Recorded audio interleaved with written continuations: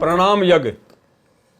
भक्ति व साधना उसी साधक की सफल होती है जिसमें नम्रता आधीनी होती है, दास भाव होता है। ये संकेत है परमात्मा का कि चाहे हम कितनी ही आरतियां कर लें, कितने ही मंत्र कर लें, कितने ही हम लोग सत्संग सुन लें, अंत में भक्ति और साधना सतगुरु रामपाल जी परमेश्वर जी से उपदेश प्राप्त उन्हीं भक्तों की सफल होगी। भक्ति व साधना उसी भगत की सफल होती है जिसमें नम्रता आधीनी होती है, दास भाव होता है। गरीब आदीनी के पास है पूर्ण ब्रह्म दयाल, मान बढ़ाई मारिए बेअदबी सिरकाल। दासा तन में दरस हैं सबका हो जा दास, हनुमान का हेथ ले रामचंद्र के पास। विभीषण का भाग बडेरा दास भाव आया तिस नेड़ा, दास भाव आया बिस्वे बीसा जाकू लंक दई बख्शीसा। दास भाव बिन रावण रोया लंक गवाई कुल बिगोया, भक्ति करी किया अभिमाना रावण समूल गया जग जाना। ऐसा दास भाव है भाई लंक बगसते बार न लाई, ताते दास भाव कर भक्ति कीजे सब ही लाभ प्राप्त कीजे। गरीब बेअदबी भावे नहीं साहिब के ताही, यानी उस परमात्मा को बेअदबी अच्छी नहीं लगती।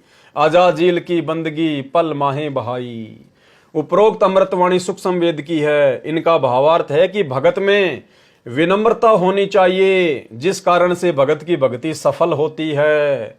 यदि भगत साधना भी करता है और अहंकार भी रखता है तो उसकी साधना व्यर्थ हो जाती है।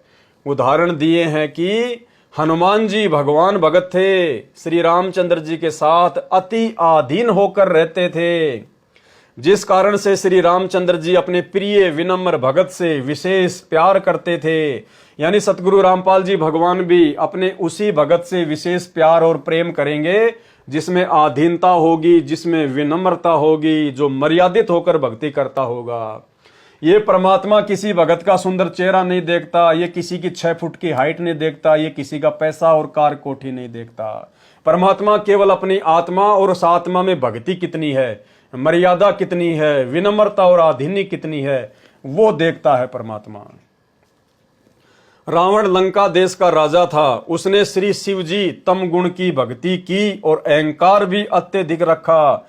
यानी रावण ने भक्ति भी की और साथ में अहंकार भी था, जिस कारण से श्रीलंका का राज्य भी गवाया तथा कुल का नाश भी कराया। इसके विपरीत रावण का भाई विभीषण था, जो विनम्र था तथा मुनिंदर ऋषि से दीक्षित था। यानी त्रेता युग में सतगुरु रामपाल जी परमेश्वर जी मुनिंदर ऋषि के रूप में विभीषण और मंदोदरी के गुरु थे, जिस कारण से श्री रामचंद्र जी ने लंका का राज्य विभीषण नम्र भगत को बख्शीश कर दिया। जबकि आज हमें पता चल रहा है कि विभीषण को लंका का राज्य देने वाले श्री रामचंद्र जी नहीं थे, बल्कि विभीषण को लंका उसकी आधीनी, उसकी विनम्रता और मुनिंदर ऋषि की शरण में होने के चलते परमेश्वर सतगुरु रामपाल जी भगवान ने बख्शी। वो भले ही श्री रामचंद्र जी के अंदर सत प्रेरणा करके ही दिलाया हो, लेकिन देने वाले सतगुरु रामपाल जी परमेश्वर जी ही हैं। यही कबीर परमात्मा है। और परमेश्वर कहते हैं कि करे करावे साइया मन में लहर उठा, दादू सिर धर जीव के आप बगल हो जा। तो विभीषण को जो लंका का राज्य दिया गया था, सतगुरु रामपाल जी परमेश्वर जी ने, जो कि त्रेता युग में मुनिंदर ऋषि के रूप में थे, विभीषण के गुरु थे, सतगुरु रामपाल जी परमेश्वर जी ने ही श्री रामचंद्र जी में सत प्रेरणा करके और विभीषण को लंका का राज्य दिलवाया।